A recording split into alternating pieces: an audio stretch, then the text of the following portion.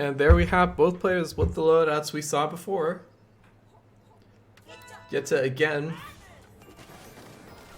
with that parasol to try to block Ripha's dragon shots a bit more.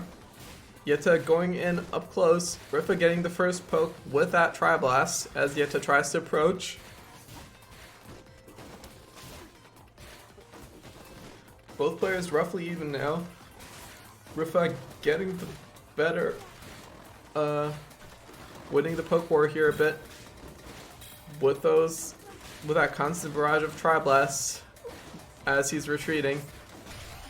But Yätta not losing out on the pokes either. Tries to go for the rush at close range, but Ripha does manage to back away from that just in time.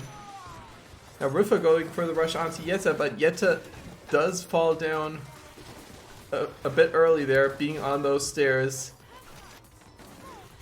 That isn't going to give Ripha the full rush damage either. So both players actually still fairly even. Ripha with roughly half health here. Yätta just going below half health just now. 30 seconds are left on the clock. Both players do have the rushes again, so we want to see who is going to be able to use their rush here to close out the round. Yätta swinging the game back into his favor with, oh wow, Ripha actually getting the rush here off of the explosion confirm. That's what we've been missing before. That was such a good spot from Ripha here to just get that opportunity and seize it.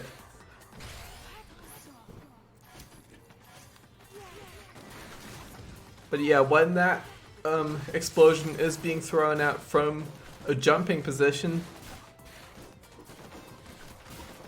the hitbox of the Tri-Blast does slightly go through you.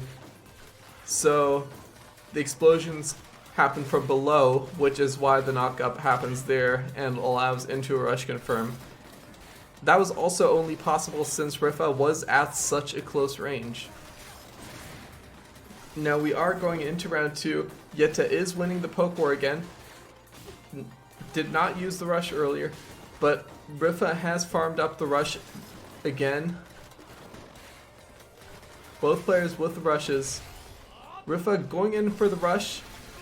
Actually a bit unfortunate with the repositioning there, only getting one initial hit in there.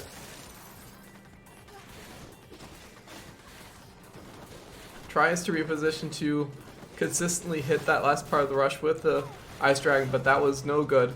Now Yätta getting a bunch of pokes in there, and that is a lead of more than half. Yätta will comfortably just win that with good neutral and goes into round 2.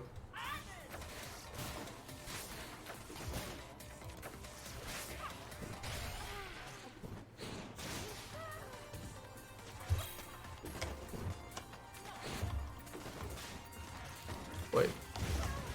Sorry, I'm getting confused. This is the first game of the series. Ripha's gonna go for the rush here at close range, and it is gonna hit. Ripha doing so much better in round number 3. Already bringing Yätta to less than a quarter. A little bit more than 30 seconds into the game. Now Yätta is on the approach. Ripha can afford to play very defensively now, just on the run away. Yätta getting a nice grab rate here on Ripha's dash. Ripha getting another 1-2 onto Yätta to bring Yätta down to that little magic pixel.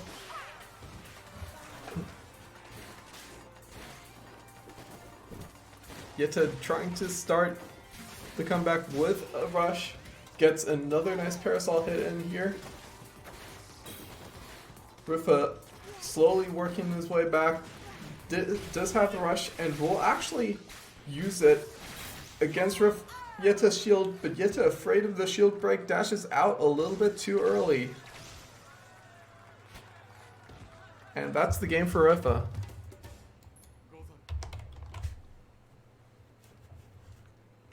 Ripha goes ahead and bans sparring in Via, and we are going to go directly to Mausoleum.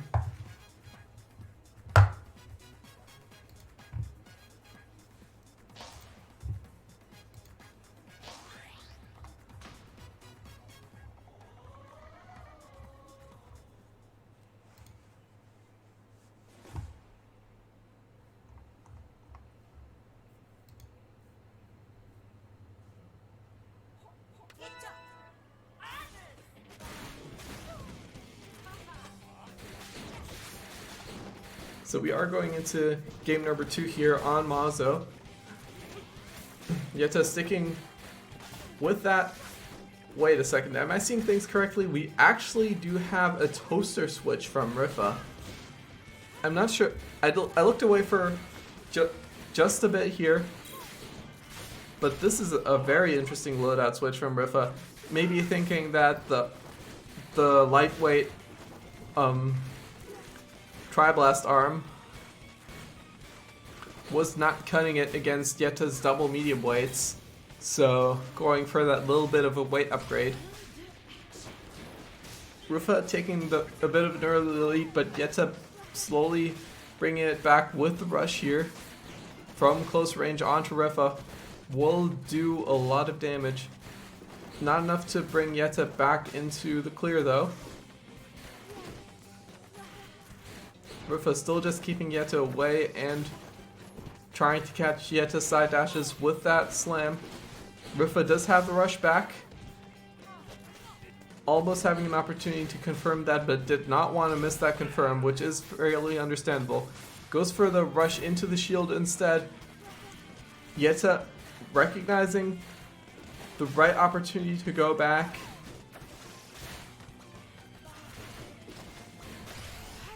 And Yätta is going to go for the rush to close out the round.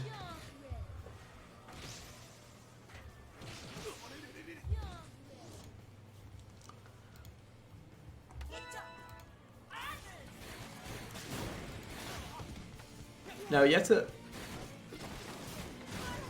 is going to stay here with the set.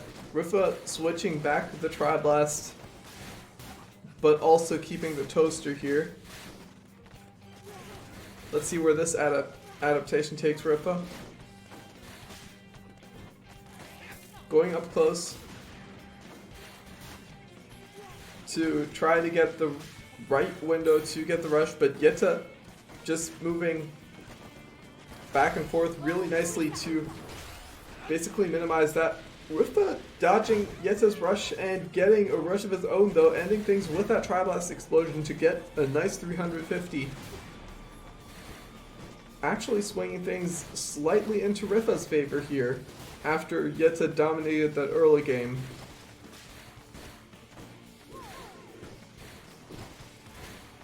Now Ripha is able to leverage that health lead to zone Yätta away a bit because Yätta does not want to approach against the Tri-Blast. Both players slightly even here now though.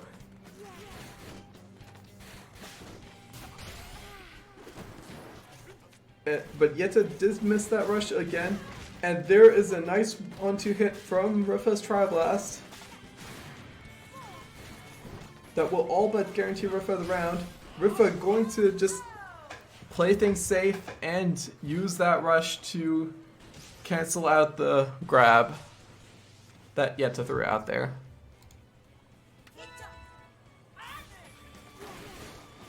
Ripha gonna go switch the toaster off for round number 3 though. Maybe thinking he does need that adaptation after all. Is gonna go for the Tri-Blast here. Gonna have to try to find the opportunities to thread that through those wide hitboxes of the Parasol and of the toaster too. One more hit onto Yätta will not get it down onto the trampoline, which will open now. And both players do have their rushes. Yätta just choosing to spend it right away. Ripha trying to counter it, but that Parasol hitbox will cut through that Tri-Blast hitbox like butter. Now Yätta gets a nice grab over the trampoline to tack some more damage onto Ripha, giving Yätta a lead of more than half. Ripha having about half a minute to bring things back. We have seen Ripha clutch things out, matches like this out before, but it is going to be incredibly difficult. One more straight explosion will tack a bit more damage onto Yätta before Yätta gets that glove onto Ripha. And Yätta taking round number 2 here.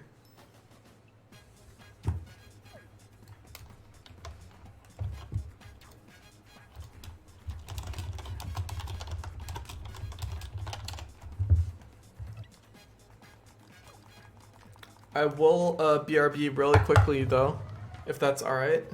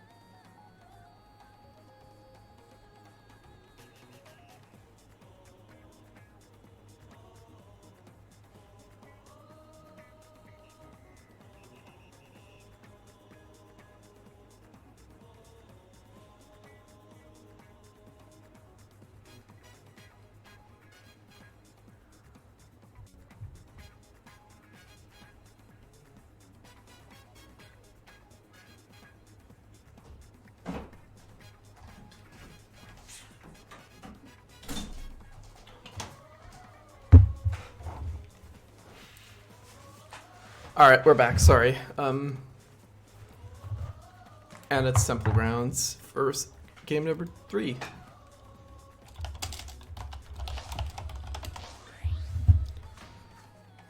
Yätta is going to be able to switch to men here. I mean, Yätta did win the last game, so Yätta did have to announce the change. But Yätta is going to be able to switch to Min now.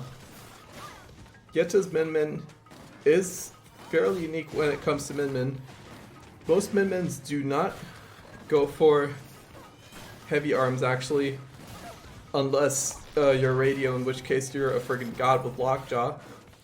But Yetta's Min here does favor the Sparky on the Dragon Arm side for something like that Kid Cobra effect where you have a 5 growth megawatt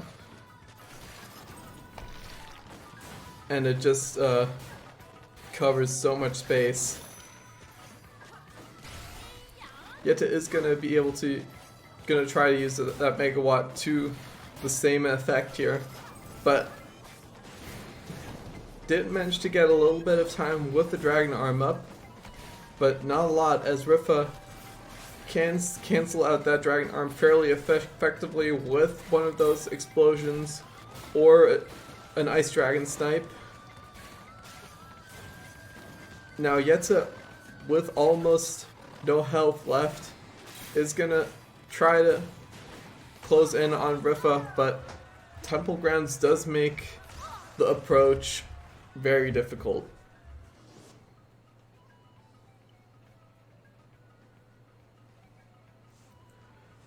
Yätta switching the arm weights back down, going for medium and light. Needing something that might be a little bit faster to catch Ripha. So Yätta will be going for the dragon arm. The dragon arm roaster. And the Biffler on the other side for support. Biffler might be a little bit of a weird pick on Min Min, but it does do work. It's got a bit of a weirder firing pattern from Hydra, so most Min Min players do opt to take the Hydra instead. But Yätta makes Biffler work. Not in that case though, where Ripha did manage to cancel out Yetta's rush and is going to try to seal out that round with the rush.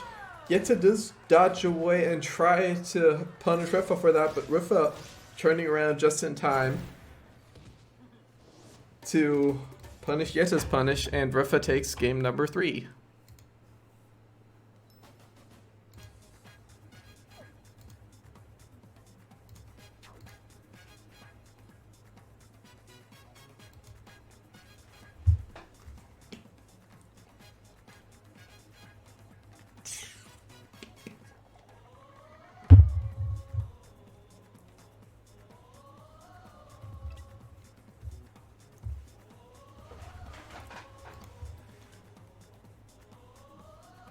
So let's see where we're going to go for game number 4.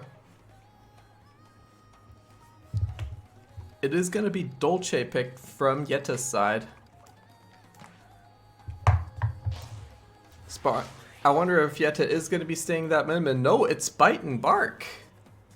Bite and Bark making a surprise appearance here. Yetta's Bite and Bark does favor, again, fairly simplistic arms here, going for a very similar set as we saw with the Twintelle, with that parasol to cover the Ice Dragon, and with the Fire Glove, a roaster in this case. Let's see how Yätta does try to approach Ripha here. It's going to be a little bit easier for Yätta to corner Ripha in a stage like Via Dolce. And Yätta is using that parasol really effectively to block that Ice Dragon. So I do see a universe where this is going to work. Ripha teleporting away from that rush very nicely though. But Yätta would still have the health lead, even if that rush from Ripha did connect, which it did not. And Yätta gets a nice little Barkrobatics jump grab there to get another 50 damage plus 150 damage plus 140 damage. And there's another roaster hit to send Ripha to the Magic Pixel, and one more DBZ will give Yätta the win here in round 1. Who's self-destructing who? I think Yätta is doing really nicely with this adaptation. And there is one more jump grab from Yätta. We'll take... Wow, what's happening here? Yätta playing really nice defensively on jumping on top of Bark. Stalling now when Bark is down, and gets another jump grab onto Ripha. That was huge. And now Yätta has the rush ready. Ripha is going to go for the rush, but that is just going to miss. And Yätta gets another hit in there. Not a perfect, because a charged hit from Ripha did hit Yetta's shield, but that is a discount perfect from Yetta's Bite and Bark.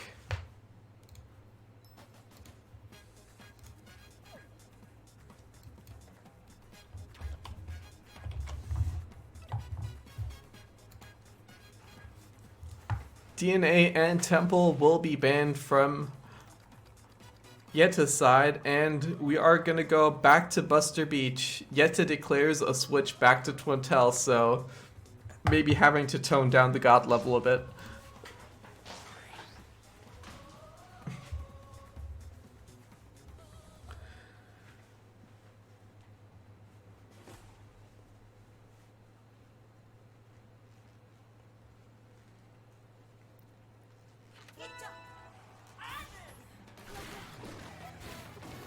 Again, with a fairly similar setup to the Bite and Bark, with the glove and the parasol for Yätta here, but Bite and Bark maybe not the best character to use on his home stage, sadly, with that table in the middle and that hot pocket there on the side. Oh yeah, whoops, layout. It is gonna be really difficult for Bite and Bark to maneuver. So Yätta instead switching back to the Twintelle that Yätta started out with. Getting a lot of nice hits onto Ripha, but Ripha does almost equalize things with the rush out now. And there goes Ripha with the rush. Is gonna catch Yätta with the almost broken arm. Yätta trying to air dash to avoid it, but that Ice Dragon will catch that movement option. Now Yätta does have the rush back to potentially do some things with that, but Ripha does catch Yätta on the approach with a nice Tri-Blast hit.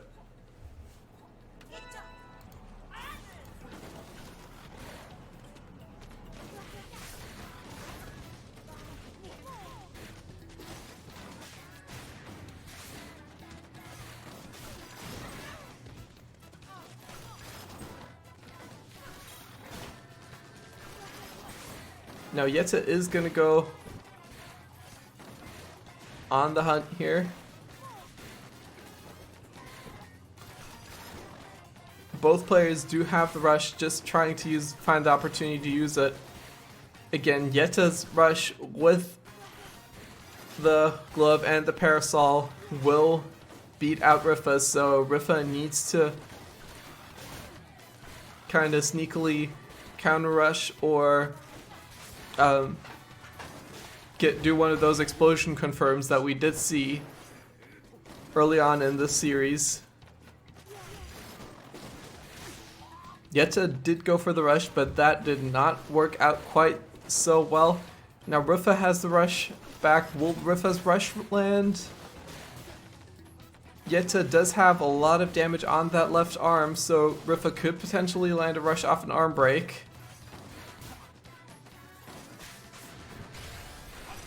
And there goes the rush. It is going to connect for 380 damage. That is a lot of damage.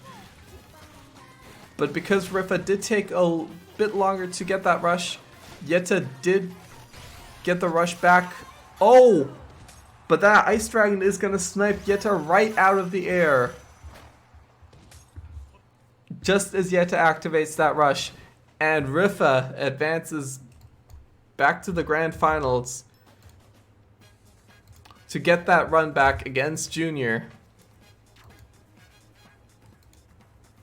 Going for the entire 5 games here against Yätta.